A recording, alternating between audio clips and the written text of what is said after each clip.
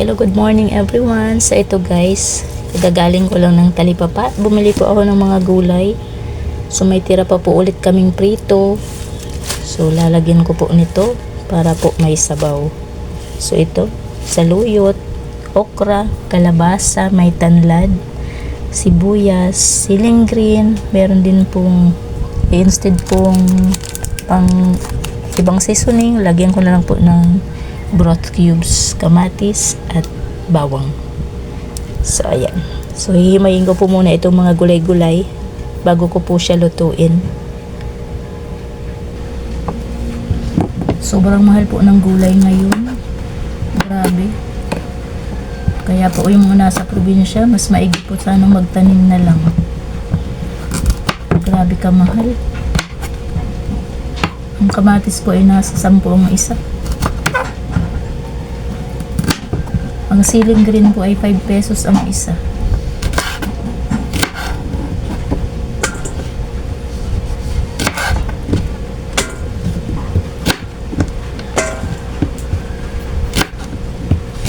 Wala namang choice kundi bumili kasi hindi mag-ulam. Kakamis din kasi ang gulay.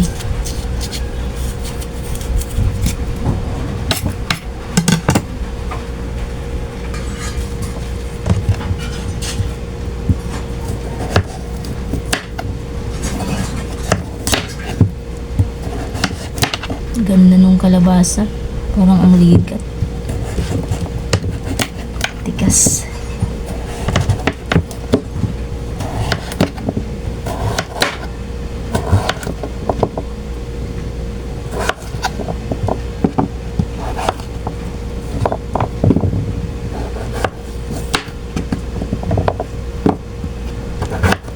Tigas niya.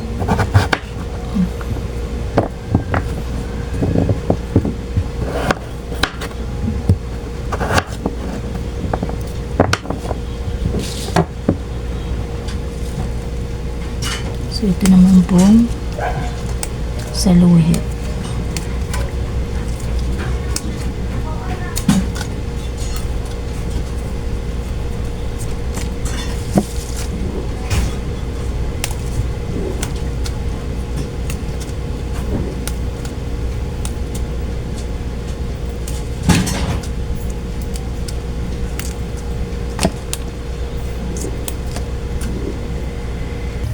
So ayan guys, okay na.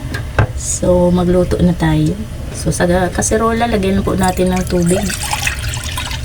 Tansyahin lang po natin yung dami. Lagyan na natin yung ating mga ricado at pakuluin. Yung sili natin, sibuyang sibuyang bawang at kamatis. Lagyan na natin yung luya. Ay tanlad pala guys, hindi ako nagluya ngayon. So, sabay natin sa pagpapakulo itong ating fish cubes. So, ayan. So, ganyan lang po. Pakuluin natin bago po natin ilagay yung ating mga gulay at yung ating tirang pritong isda. So, ayan guys. Ayan, kulong-kulo na. So, ilagay na po natin itong ating kalabasa at okra. Unahin po natin dahil matigas po siya. So, ilagay na rin po natin itong ating natirang prito para po lumambot na dahil sobrang tigas na po. Ayan. So, takpan natin ulit guys. Ayan. Yung buntot ng isda. Ang bango ng tanlad. So, ayan. Mamaya na po natin siya titimplahin. Ilagay na rin po natin yung ating dahon ng saluyot. So, pakuluin po muna natin ulit. Check na natin guys. Ayan, amoy na po. Ayan, kulong-kulo na siya. Na natin ng apoy. Bango. Ayan, malambot na yung okra. Yung atin pong ay malambot na. So, timplahin na natin guys bago natin ilagay yung saluyot. Ayan, mataba nga. So, lagyan na natin siya ng asin. Sarap. Sarap ng sabaw.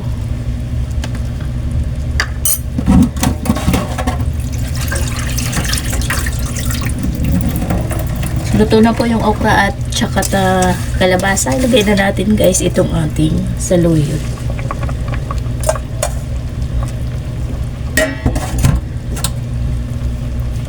Ay, parang malit yata yung napaglutuan ko.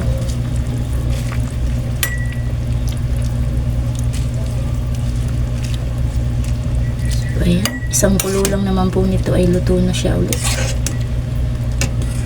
Ating pong prito. Ayan. Kahit papano ay lumambot na yung prito nating bahaw. Ayun. Parang ang sarap. Yung nauna ko pong niluto ay nakulangan ako sa sabaw. Parang kaunti po yung may sabaw ko dun. Ay sarap po higupin eh. Kaya dinagdagan ko na ito ng medyo madami-dami. So timplay na natin siya ulit.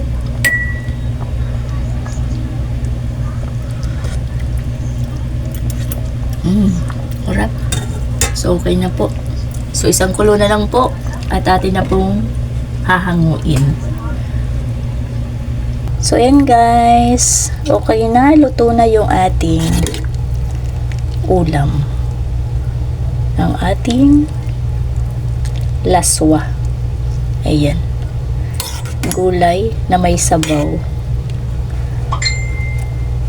So ayan, hanggang dito na lang po guys. Thank you so much. God bless ating lahat. Bye bye po.